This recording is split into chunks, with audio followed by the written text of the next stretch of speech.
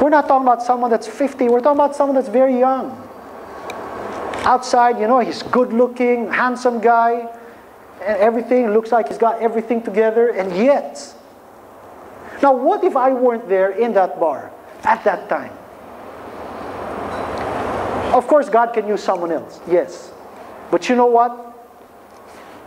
God allowed me the privilege to share His love. Right there. God allowed me that privilege. You know why? Because I was willing to be holy in a place that most people would call unholy. In a place where people would say holy people shouldn't go. But you know what? It's the unholy that need interaction with the holy. If you always come to church, then you're sitting right now next to a holy person. Might even be holier than you. See? But it's when you go to the bars, again, not a license to drink and get drunk and throw up and say, no, that's out of your belly shall flow. It's different flow. Different flow. So, righteousness exalts a nation, okay? And a lot of people, therefore, because they are not holy, they don't understand it, they rely on good works. That's all they have. But many times their good works are only during Holy Week, Christmas, maybe their birthday, and when they find a charity. And that's about it. Thinking that the more good works they do, really intense good work for this one day, hopefully they'll cover the next 4 months. See, that's what they're trying to do. And you think you can fool God?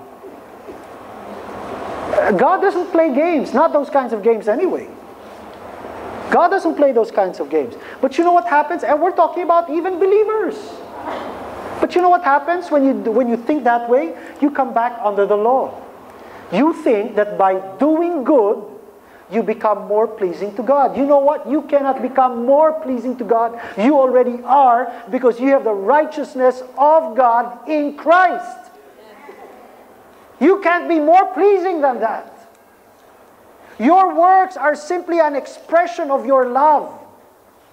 You're not trying to prove you love God. You're not trying to get God's attention by your good works. You already have His attention. You're not trying to do anything with God. With God, there's no trying to do anything. He already loves you. He already accepts you just the way you are. Just the way you are. That's how He loves you. He can't love you more because His love is already perfect. Can you imagine how He must feel when we say, do you still love me? With all that's happening to me? Maybe you forgot my address. The blessings passed over. See? And that's where we have sometimes problems with righteousness exalts. Here's another one. Holiness identifies you as someone different, but in a good and excellent way. Holiness is like being a diamond in the midst of charcoal. And that's why many people don't like being holy, because you think you're the odd one out. And people like to belong. And you know what? There is some measure of truth to that. When you are holy, see, you have to understand, how is it? How is it? And this for many years has always been a point of curiosity for me, beyond curiosity. How is it that Jesus, who is the holiest man in the whole universe, no one can be holier than Him, He was so holy, and yet sinners loved Him. The religious hated Him. They hated Him. They were the ones that shouted, "Crucify Him." But the sinners, the prostitutes, the tax collectors, the murderers, the drunkards, they loved Him. There's something about His holiness that draws people to Him. not repels them. Our religious kind, not us, but the world's definition of holy, repels people. People don't like to hang around holy people. You know, because you'll just get rebuked. They'll make parinig, you know, and all that. That's being religious. That's not being holy. That's being religious. And it is a misrepresentation of the heart of Christ, because Christ came to seek and to save that which was lost, not to repel them. We are different. But you know what? We are different, but notice that when you have a lot of charcoal and you see a diamond, nobody goes to the charcoal.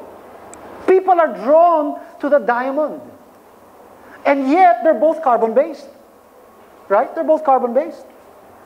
If, for example, let me show you. Okay. Let me get, Let me get a note here. Okay, I have here 1,000 peso bill. Okay, it's 1,000 peso bill. This is a piece of paper. Right? It's paper. It's not plastic. It's not gold. It's not silver.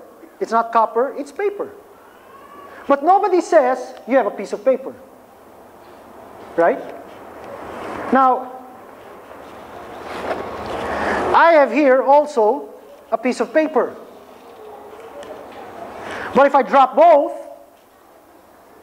nobody is going to pick this up. Especially if it already looks like this. Right? You don't know what else you're going to be picking up.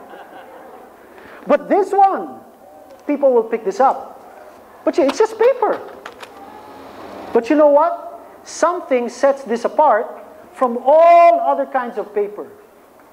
I can get your paper, the envelopes on your chairs, you know, the prayer requests and the announcements. I can get all these kinds of paper. But you know what? Something sets this apart. In fact, nobody calls this paper. When you say, can I borrow a piece of paper? Oh, yeah, here, just take this. You know, I don't bring around a notebook. I don't bring around pad and paper. Pad and pen. You know, but I do carry money. But nobody says, hey, can I borrow some paper? I just need to write something down. Naku, wala. Ito na lang. Sa'yo na yan. I'm waiting for the day when I'll be able to say that. It's now. See, it's now, but I won't do it yet. But I will. You're not supposed to write on notes, no? It's against the law. Unless you throw it. Unless you throw it. But you know, you write, you know, in sari stores, they write on the paper, no? That's such a bad practice. Phone numbers, you know, or they'll add, how much do you owe me again, you know? You know, they do that. It's crazy, they do it. But you know what? We normally don't say, if you ask for a piece of paper, you normally don't give money. Even 20 pesos, right? You don't do that. Nobody thinks this is paper. Nobody identifies. It's set apart. It's just paper with ink. What's the difference between this and your notes? Which is also paper with ink. But it's set apart. This paper has been set apart. This kind of print. You know what? You can put J. Abad Santos, Tandang Sora. You can draw them on a piece of paper. You can go to the sari-sari store and they'll laugh at you. So well, I have the same people. I have the same number. I'll even write the same words. But nobody's going to accept it. You know why? Because it has not been sanctified, as it were. It has not been set apart. This paper is not ordinary paper anymore. Because someone put a seal on it. Now guess what? You are holy. Someone put a seal on you. And his name is Jesus. Why do you want to be like pad paper? There's so many people that are trying to be pad paper. We're afraid to stand out.